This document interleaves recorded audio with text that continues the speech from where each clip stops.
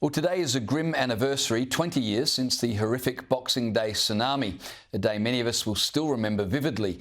The devastation from the tsunami was absolutely horrific.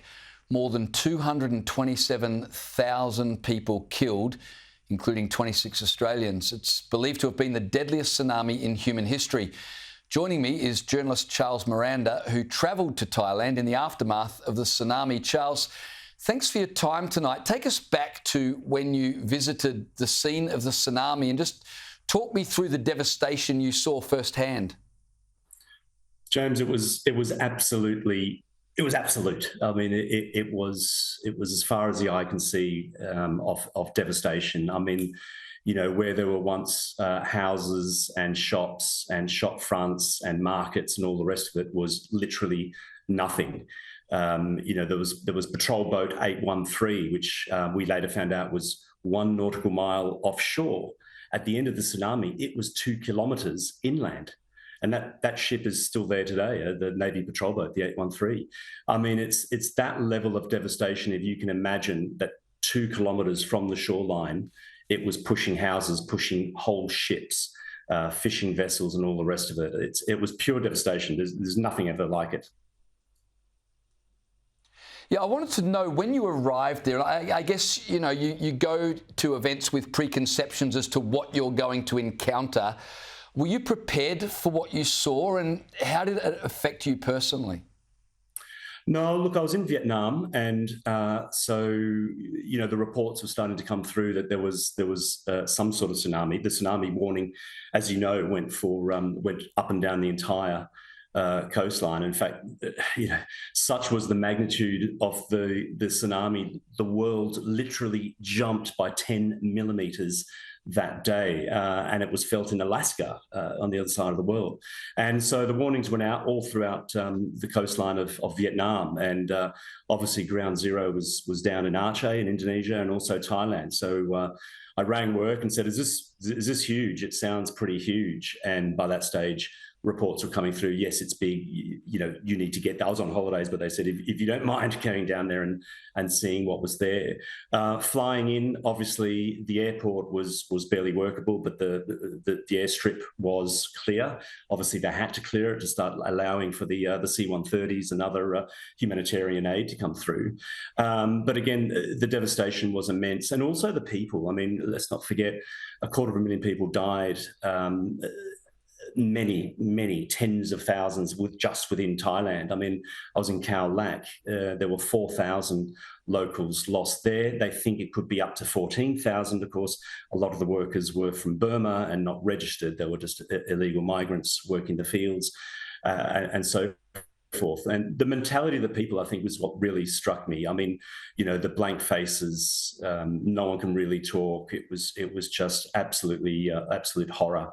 A lot of tears by all those around you, and a lot of, I mean, you don't get the sort of aid that you would in a Western country. So you haven't got counsellors there immediately to talk to these people. And some of the things they were thinking and saying is, you know, I remember one woman, there was concrete steps to a house, but there was no house there. There was just a deep pit, and there was a pump running to pump water out. And she was sitting on that front step saying, "I'm just waiting for my husband to come home." And initially I thought, well, maybe he's getting supplies or something. And, you know, where is he? Oh, he's here behind me. And obviously the mentality of her thinking that he was just going to emerge once the water was pumped out. And she was saying, yeah, the water will go down and he'll come back out to me and sit with me. I'm preparing his lunch. Would you like to join us? And it's that sort of thing. So, you know, it was harrowing from a personal perspective.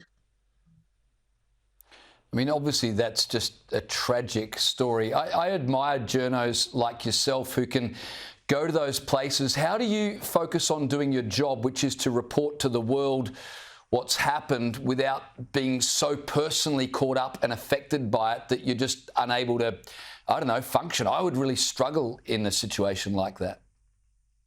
Look, you're certainly nervous to events around you and those emotions around you, but you've got a job to do, and that's to report to the rest of the world. They want to know what's going on.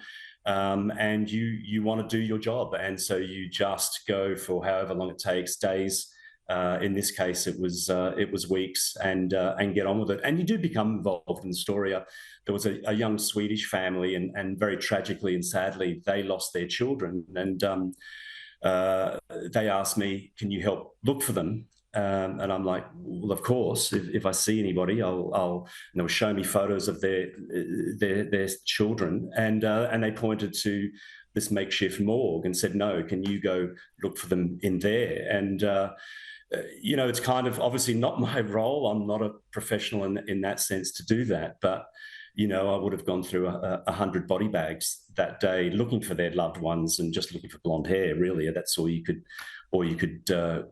do, and to report back for them. So you do become involved in the story. You try not to be. You don't want to be the story, but obviously you're a human being as well, and you want to help anyone who's in need, and especially for that family who were very much in need and very traumatized. I just want to ask you one more question before we go. As someone who was there, who saw the aftermath of it, saw the human tragedy of it, I know it's 20 years ago, but I'm sure it has a lasting effect on you.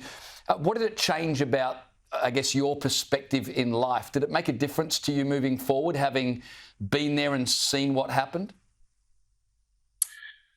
Oh, look, the frailty of humankind, I guess, is always there, especially when we do cover a lot of these stories. So I guess in that sense it does. The fragility of it all.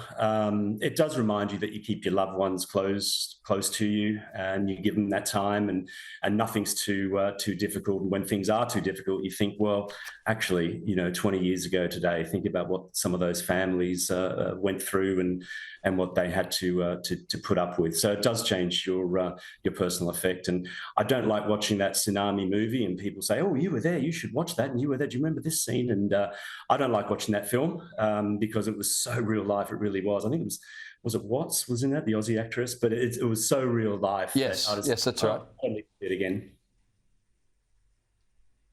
Yeah. Well, Charles Miranda, it's great to talk to you, and I appreciate you sharing your experience with me tonight.